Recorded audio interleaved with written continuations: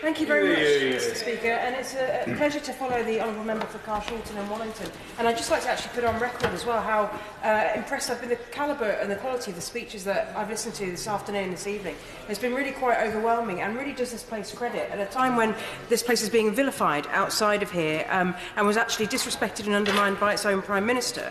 I've heard today members stand up full of passion and commitment, all with different views and perspectives, but all trying to navigate their way through and do what's best on behalf of their citizens, their constituents and the country. And I just want to put that on record and pay tribute. But I rise because I'd like to speak to support and welcome Amendments D, F and particularly Amendment A on the different options. Finally, at last, Parliament is taking control of the process which the government should have set in train 2 years ago. Finally, we're about to try and decide what Brexit actually is. We've seen the dilemma, the fundamental dilemma of the 2016 referendum. Such a simple question allowed everybody to project all their fears, their angers, their hopes and their fantasies onto a binary question. And the result of this can be interpreted, and indeed has been interpreted, to mean so many different things to so many different people. And the consequence of this means that every single option proposed, whatever we come out with in this House, I'm afraid, is going to result in cries of betrayal, and we're going to have to get used to that. But those who don't get the version of Brexit that was in their mind when they voted, or even the version they subsequently have developed over the last 2.5 years. And this narrative of betrayal, which I have to say the Prime Minister really stoked up again last week, is toxic and needs to be absolutely confronted with honesty and courage. MPs need to acknowledge that whatever version of Brexit comes out the other side of this parliamentary mangle will disappoint, upset and either anger people. And whatever we do risks losing votes and possibly even seats for all parties. But we need to be brave and we need to vote in the best interests of this country. Mr Speaker, those who bandy the word betrayal around have to be honest that the betrayal of the British people has already happened. The betrayal was to give people a vague and oversimplistic decision to make with insufficient information and which was not honest about the real choices facing our country or the complexity of our economic integration with the European Union. That betrayal was rooted in the lies and the fantasy promises that were told with no intention of being kept, like those on the side of a bus. The betrayal was the exploitation of absolutely justifiable and understandable grievances of left-behind areas and working-class communities like mine for personal and political ends by others. And that betrayal was the legitimisation of prejudice, hatred and division that we saw during that debate and that we have seen since. The betrayal was not to be honest that major constitutional changes like this shouldn't be put forward to the public unless the work had been done properly to prepare for them. And all of this before we've even had a proper inquiry into potential law breaking. I will be away. Thank you very much. I'm very impressed with the point that the Honourable Speaker is making, and would she agree with me that the way to overcome this sense of betrayal, that the vote was in some way misleading or the work hadn't been done and that people did not get what they bargained for, is to go back to the people when we have decided and say, is this what you wanted?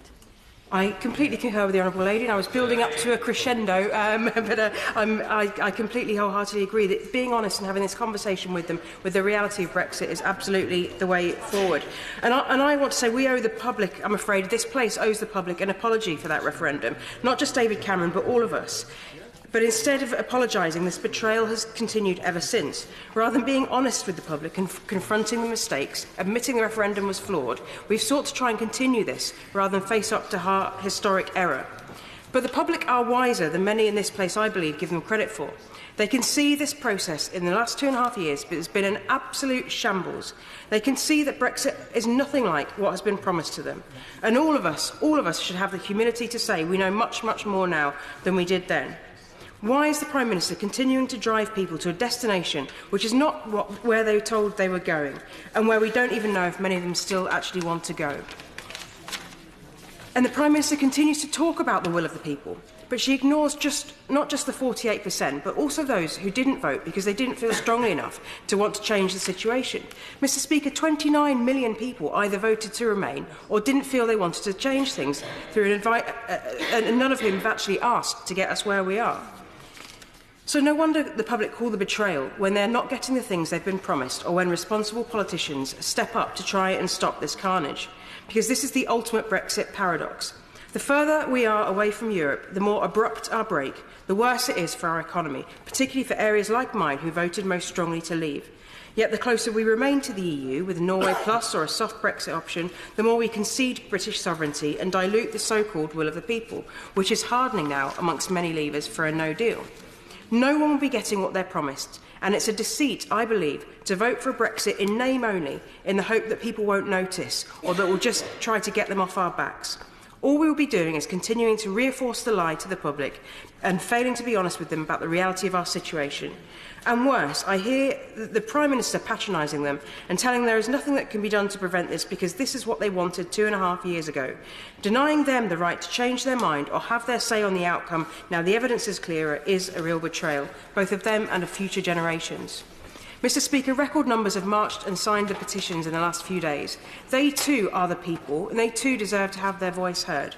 A new referendum or a vote to ratify a deal that comes through our range of options must be put back to the people in the cold light of day. We must be brave enough to ignore the calls of betrayal and do the right thing, not keep continuing a deceit that we'll be able to please everybody with a Brexit outcome.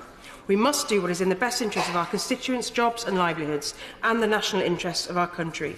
Parliament needs to come clean that we have made a catastrophic mess and we must give the public the chance to help us clean it up.